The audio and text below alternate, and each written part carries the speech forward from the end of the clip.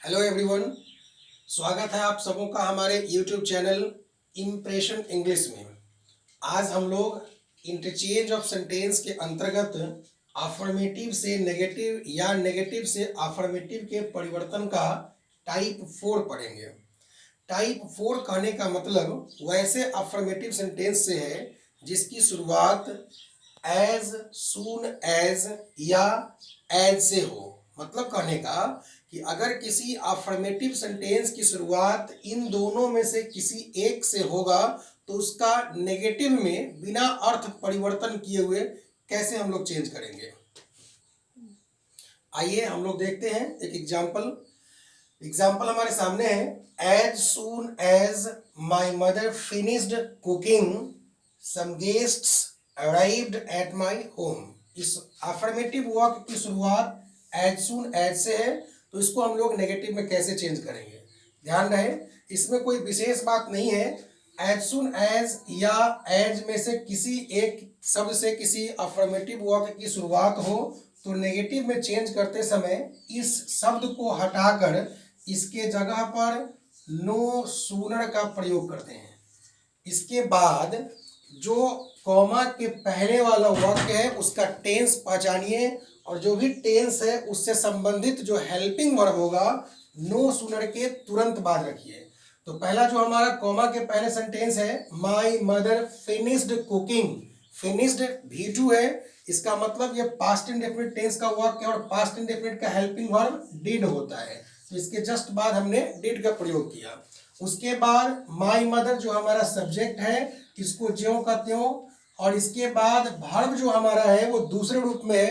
तो चूंकि हमने डिड का प्रयोग कर लिया है और ध्यान रहे डू डज और डिड अगर किसी वाक्य में आता है तो इसके बाद की क्रिया हमेशा पहले रूप में होती है। तो फिनिश्ड का पहला रूप फिनिश, और इसके बाद जो भी कॉमा के पहले का शब्द है उसको हम सेम छोड़ देंगे, फिनिश कुकिंग। अब एक बात और ध्यान रखिएगा कि सेकंड पार्ट जो कॉमा, फर्स्ट पार्ट जो कॉमा ले रखा है उस कॉमा को हटाकर उसके जगह पर देन का प्रयोग करते हैं। एक बात ध्यान रहे यहाँ पर हम लोगों से मिस्टेक होती है कि देन के जगह पर देन का प्रयोग करते हैं THEN, जो ग्रामेटिकली गलत है। हमेशा इसमें देन THAN ही होना चाहिए। और उसके बाद जो भी सेकंड पार्ट ऑफ सेंटेंस है उसको हम सेम छोड़ते हैं। Some guests arrived at my home, यानी इसमें किसी प्रकार का कोई परिवर्तन नहीं करते हैं। कोई दिक्कत? आइए हम लोग एज सून एज और एज वाले वाक्य का जो नेगेटिव परिवर्तन किए हैं उसके रूल पर भी एक नजर बात कर लें।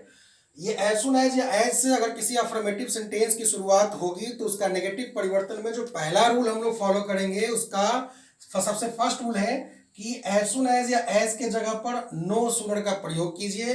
दूसरा, हेल्पिंग वर्ब का प्रयोग अकॉर्डिंग टू टेंस, यानी जैसा टेंस रहेगा फर्स्ट पार्ट ऑफ सेंटेंस का उसके अनुसार एक हेल्पिंग वर्ब लगाइए। उसके बाद जो कॉमा के पहले का पार्ट ऑफ सेंटेंस है उसको आप सेम छोड़ दीजिए। वर्ब का परिवर्तन टेंस के अनुसार जैसा कि मैंने आपको पहले बता दिया है। उसके बाद कॉमा को हटाकर देन का प्रयोग कर दीजिए, मैंने लिख दिया है then at the place of comma. उसके बाद सेकेंड पार्ट ऑफ सेंटेंस जो कॉमा के बाद है उसमें किसी प्रकार का कोई परिवर्तन नहीं होता है, उसको ज्यों का त्यों लिख देना है। आइए अब हम बात करें टाइप 5 की।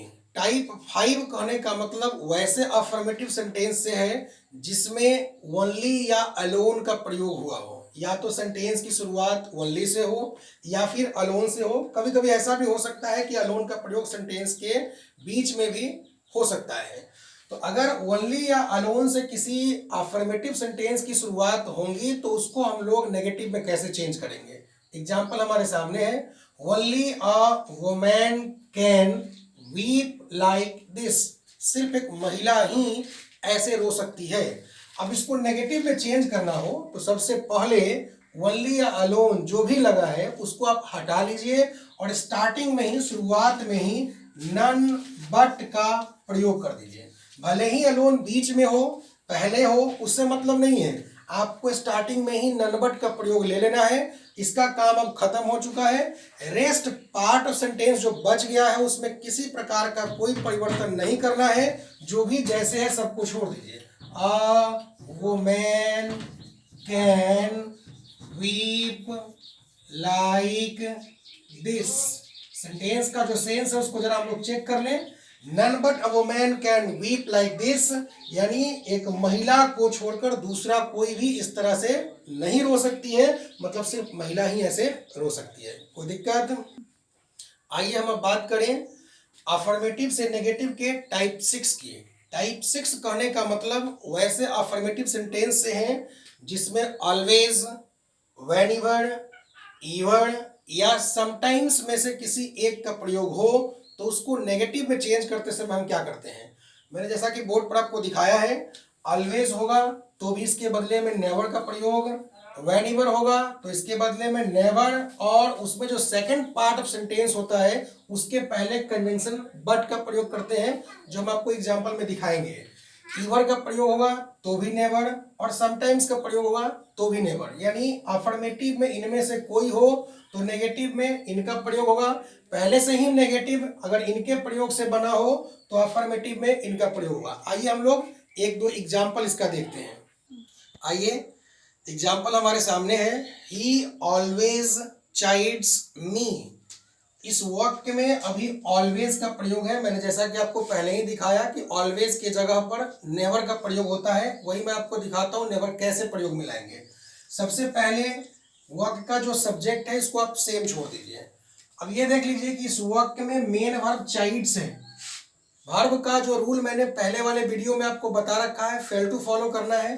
तो अब ये देखना है कि ऑलवेज के जगह पर जो हमने बताया वो नेवर का प्रयोग कीजिए। एक चीज ध्यान रहे, इसमें नॉट वाली बात नहीं इसलिए होती है क्योंकि ऑलवेज नेवर ले रखा है, ऑलरेडी ये नेगेटिव हो चुका है। अब इसके बाद चूंकि ये वर्ब लिया है इसलिए फेल टू फॉर्म हमको फॉलो करना है। तो वर्ब का पांचवा रूप है, तो फेल टू का पांचवा रूप फेल्स टू। कोई दिक्कत? अब इसके बाद पहले भी हमने बात किया है कि टू इन्फिनेटिव के बाद क्रिया हमेशा पहले रूप में आती है। तो चाइल्ड्स का पहला रूप चाइल्ड, इसके बाद जो कुछ भी बच गया सबको सेम उतार दीजिए। कोई दिक्कत? आइए एक एग्जांपल और हम लोग ले लेते हैं। Whenever I see him, I am reminded of my brother।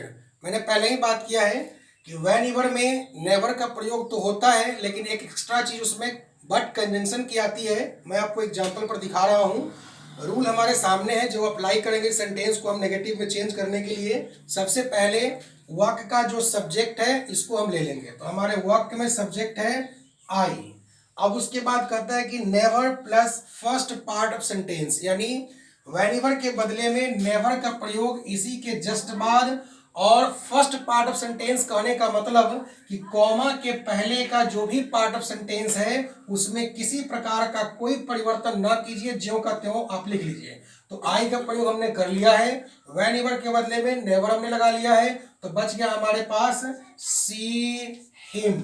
अब उसके बाद तीसरा रूल कहता है कि but at the place of comma, यानी कॉमा के जगह पर आप बट का प्रयोग कीजिए। तो ये कॉमा हम हटाएंगे और इसके जगह पर बट का प्रयोग कर लेंगे। अब उसके बाद सेकेंड पार्ट ऑफ सेंटेंस, यानी जो भी आपका कॉमा के बाद का नेक्स्ट पार्ट ऑफ सेंटेंस है उसमें किसी प्रकार का कोई परिवर्तन ना कीजिए, ज्यों का त्यों लिख दीजिए। तो हमारा जो सेकेंड पार्ट ऑफ सेंटेंस है वो है I am reminded of my brother। बस इसी सिंपली रूल को हम अप्लाई करेंगे, हमारा वेरिएबल वाला सेंटेंस भी नेगेटिव फॉर्म में बिना अर्थ परिवर्तित किए हुए चेंज हो जाएगा। ये कुछ एग्जांपल्स हमने आपको दिया है, जो हमने पढ़ाया है उस रूल पर आप इसको चेंज करके देख सकते हैं। पहला एग्जांपल है, as I reached at my home my mother started chiding me। दूसरा एग्जांपल है, as soon as he reached the station the train had started। तीसरा एग्जांपल है, they never help me। चौथा एग्जांपल है, whenever I call him here he begins to make an excuse। और पांचवा example है only a child can do like this. बताया गया जो भी रूल है उस पर आप इसको चेंज करके देख सकते हैं। और इसमें अभी कुछ और भी ऐसे रूल्स हैं जो आपको नेक्स्ट वीडियो में, जब हम आपको degree of comparison, remove to इत्यादि पढ़ाएंगे तो उसमें इसका चर्चा करेंगे। कुछ एग्जांपल्स ऐसे भी आपको इसमें बनाने के लिए मिल सकते हैं। चूंकि हमको उसका एक अलग चैप्टर का वीडियो बनाना है इसलिए इसको हमने इसमें जोड़ा नहीं है। एक खास बात और कि अभी तक अगर आपने मेरा चैनल सब्सक्राइब या लाइक नहीं किया है तो कृपया आप इसको सब्सक्राइब और लाइक कर लें ताकि आपको हमारा वीडियो मिलता रहे। हम आपको नेक्स्ट वीडियो में इंटेरोगेटिव से कैसे किसी वाक्य को बिना मीनिंग चेंज किए हुए असर्टिव में चेंज करते हैं वो सिखाएंगे। बहुत बहुत धन्यवाद। Thank you.